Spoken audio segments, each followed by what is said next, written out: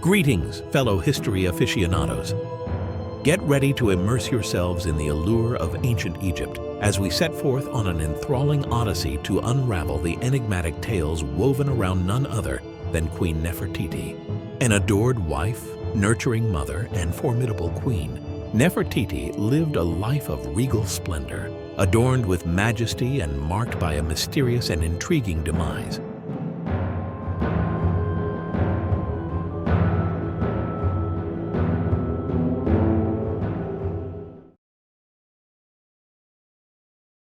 Nefertiti's exact origins are unclear, but it is believed she was born around 1370 BCE. Her parentage remains uncertain, but some theories suggest she might have been the daughter of the high-ranking official A. Her name, which means "the beautiful one has come," reflects her renowned beauty and prominence in ancient Egyptian history. In the golden embrace of ancient Egypt, amidst the opulence of the 18th dynasty, a union unfolded that would leave an indelible mark on history: the marriage of Nefertiti and Akhenaten. Picture a captivating scene, bathed in the warm hues of the mid-14th century BCE, as Nefertiti, a vision of grace and beauty, took her place as the great royal wife beside the young Amenhotep IV. Their love story unfolded against the backdrop of monumental change. As Amenhotep IV ascended to the throne and transformed into the revolutionary pharaoh Akhenaten, Nefertiti stood by his side, a pillar of strength and elegance. Together, they embarked on a journey that would reshape the very fabric of Egyptian culture during what we now call the Amarna period. As Amenhotep ascended to the throne, the couple's love deepened into a partnership that transcended the conventional boundaries of royal matrimony. Nefertiti, more than just a queen, became Akhenaten's confidant and co-visionary. Together, they embarked on a radical journey to revolutionize the Egyptian religious landscape, elevating the sun disk, Aten, to the singular object of worship. Their love wasn't just romantic. It was a force that fueled their shared ambitions. Akhenaten's devotion to Nefertiti was evident in the numerous depictions of the couple, where they were often portrayed in intimate and affectionate scenes. Nefertiti and Akhenaten were parents to 6 daughters: Meritaten, Meketaten, Ankhesenpaten, later Ankhesenamen, Neferneferuaten, Tasheret Neferneferure, Setepenre. The reliefs and paintings depicting the royal family engaged in intimate and familial activities during the Amarna period offer a fascinating window into the personal lives of Akhenaten, Nefertiti, and their daughters. These artistic depictions often showcase the royal couple, Akhenaten and Nefertiti, interacting with their daughters in scenes of familial warmth. They engage in activities like affectionate embraces, shared meals, and tender moments that humanize the pharaoh and queen in a way not commonly seen in earlier Egyptian art. The reliefs highlight the playful and carefree nature of the royal daughters. Images often depict the princesses engaging in childhood activities, such as playing with pets, holding flowers, or participating in games. These scenes add a touch of innocence to the portrayal of the royal family. Affection is a recurring theme in these depictions, emphasizing the bond between Akhenaten, Nefertiti, and their children. Some scholars propose the idea of a co-regency between Akhenaten and Nefertiti, suggesting that they may have ruled jointly under different names. While this theory is speculative and debated, it underscores the notion of Nefertiti sharing political authority with the pharaoh, further emphasizing her potential power. Inscriptions and titles associated with Nefertiti are unique and go beyond the conventional roles of a queen.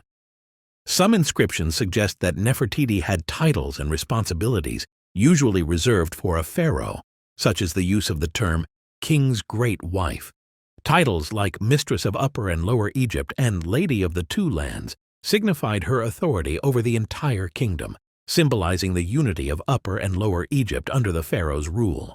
Beyond traditional titles, Nefertiti held distinctive epithets such as Great of Praises, Lady of Grace, and Sweet of Love, highlighting her esteemed qualities, grace, and endearment. These titles collectively underscored Nefertiti's role as a powerful and influential queen. Artistic representations during the Amarna period often show Nefertiti in positions of prominence, sometimes even larger than Akhenaten, and engaging in traditionally pharaonic activities. Some scenes depict Nefertiti smiting enemies, a symbolic act associated with pharaohs. These artistic representations contribute to the speculation that she may have had a more direct and active role in governance. There is evidence of diplomatic correspondence during the Amarna period, and Nefertiti is believed to have played a role in these exchanges. Some scholars argue that her involvement in international affairs goes beyond the customary responsibilities of a queen and could indicate a more authoritative position. The term House of the Queen in ancient Egypt refers to a speculative institution or complex associated with Nefertiti, the great royal wife of Pharaoh Akhenaten during the Amarna period. While the exact nature of the House of the Queen remains uncertain due to the limited archaeological evidence, it is believed to have been a center for political, religious, and possibly administrative affairs. The religious revolution began when Amenhotep ascended the throne as the pharaoh. Early in his reign, he introduced the worship of Aten, the sun disk, as the supreme and sole deity. He changed his name to Akhenaten, reflecting his devotion to the Aten. Aten was conceptualized as a solar deity, represented by a radiant sun disk with rays extending downward. The Aten was described as the life-giving force that illuminated the world. Atenism emphasized the concept of a singular, omnipotent god, challenging the traditional pantheon of gods and goddesses. Akhenaten declared Aten to be the creator of all things and the source of life. This monotheistic belief marked a significant departure from the polytheistic traditions of ancient Egypt. The worship of traditional deities was actively discouraged, and temples dedicated to other gods were abandoned or repurposed. Akhenaten's actions led to a decline in the influence and prominence of the traditional priesthoods. Atenism emphasized a more personal and direct connection between the pharaoh and the deity. Akhenaten, as the earthly representative of Aten, claimed a unique and intimate relationship with the sun god, reinforcing the idea of divine kingship. Temples dedicated to Aten were designed with open courtyards and large areas to allow direct sunlight to illuminate the central altar or shrine. Traditional temples of Amun, on the other hand, often had darker, more enclosed spaces with hypostyle halls and sanctuary areas. Temples of Aten typically lacked traditional cult statues. Instead, they often featured an altar or raised platform where the sun's rays could fall directly, symbolizing the presence of Aten. Traditional temples of Amun housed statues of the deity within inner sanctuaries. The worship of Aten during the Amarna period did not involve the traditional rituals of animal sacrifice that were common in the temples dedicated to other Egyptian gods, including Amun. Atenism, under the reign of Akhenaten, marked a departure from many traditional religious practices. The character of Aten, as portrayed during the Amarna period, emphasized a more abstract and benevolent concept of divinity. Akhenaten composed hymns praising the Aten, the most famous being the Great Hymn to the Aten. These hymns celebrated the sun god's life-giving qualities and the pharaoh's unique relationship with Aten. You arise beauteous in the horizon of the heavens, O living Aten, the beginning of life. When you have arisen in the eastern horizon, you have filled every land with your beauty. You are gracious, great, glistening, and high over every land. Your rays encompass the lands to the limit of all that you have made. As you are you reach to the end of them. You bind them with your love.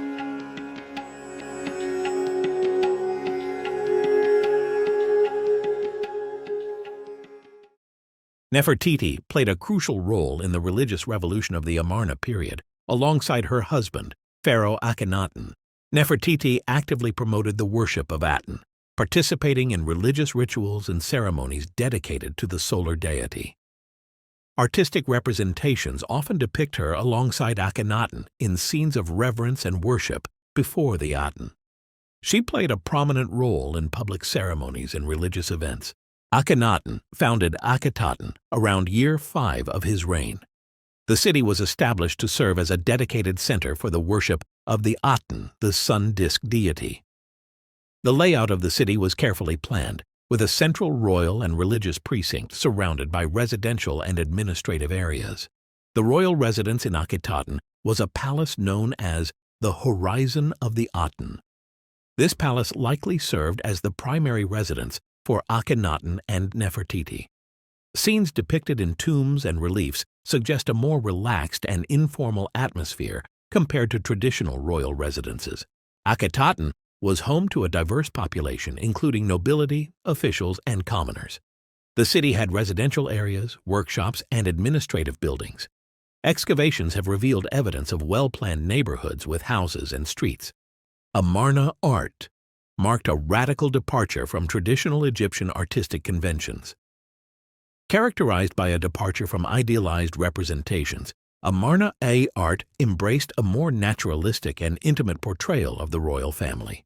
Figures were depicted with elongated, slender bodies, and faces exhibited a distinctive, almost androgynous appearance. In the opulent court of Akhenaten, a pharaoh renowned for his audacious religious reforms, a tale of intrigue unfolds with the enigmatic second marriage. As Akhenaten seeks political alliances and a male heir, the arrival of a second wife, often identified as Kia or Queen T, casts a shadow over the royal court. The dynamics of this union, whether driven by strategic considerations or religious imperatives, ripple through the regal corridors. Nefertiti, once the unrivaled queen, now navigates the complexities of a shared throne. What emotions does she conceal behind the elegant facade? Does the arrival of a second queen challenge her status or awaken unspoken sentiments? Some theories suggest that Akhenaten's second wife, possibly identified as Kia, may have been the mother of Tutankhamun. In ancient Egypt, the identity of a queen and her potential offspring held great significance, particularly in the context of royal succession. However, the uncertainties surrounding the historical record of the Amarna period contribute to the mystery surrounding Akhenaten's second wife and her role in the royal family. After the death of Akhenaten, the capital was abandoned, and the traditional religious practices were reinstated. The city fell into ruin, and later pharaohs dismantled or repurposed structures, erasing much of Akhenaten's legacy. The name Akhetaten was often erased from inscriptions and replaced with earlier names like Thebes. The fate and destiny of Nefertiti after the reign of Akhenaten remain a subject of historical mystery and debate among scholars. Several theories and possibilities have been proposed, but the lack of definitive evidence has left much about Nefertiti's later life and ultimate fate unclear. Following Akhenaten's death, historical records exhibit a conspicuous silence regarding Nefertiti. Her name disappears from inscriptions, and the usual mentions of the great royal wife in royal decrees and other official documents are notably absent. Inscriptions from this period include references to a ruler named Nefertiti. While the identity of Nefertiti remains uncertain, some theories suggest it could be an alternative name for Nefertiti. If true, this would indicate a continuation of her role in governance. There is speculation that Nefertiti might have taken on a male identity, possibly as Smenkhkare.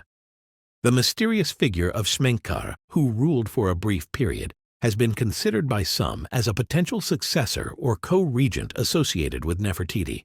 Despite extensive archaeological efforts, Nefertiti's tomb has not been definitively identified. This absence raises questions about her burial and the location of her final resting place. The mystery surrounding her tomb contributes to the uncertainty surrounding her post-Akhenaten fate. The pharaohs who followed Akhenaten, including Tutankhamun, I, and Horemheb, did not mention Nefertiti in their inscriptions or records. This silence could be intentional, reflecting a deliberate omission of her name from historical records, possibly due to political or religious reasons.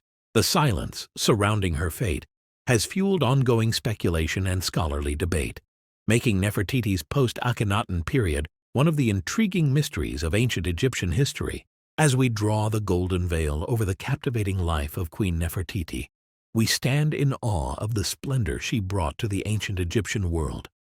A beloved wife, a powerful queen, and an icon of beauty. Nefertiti's legacy transcends the sands of time. Her reign during the Amarna period marked by artistic brilliance and enigmatic allure, continues to mesmerize and captivate our imaginations.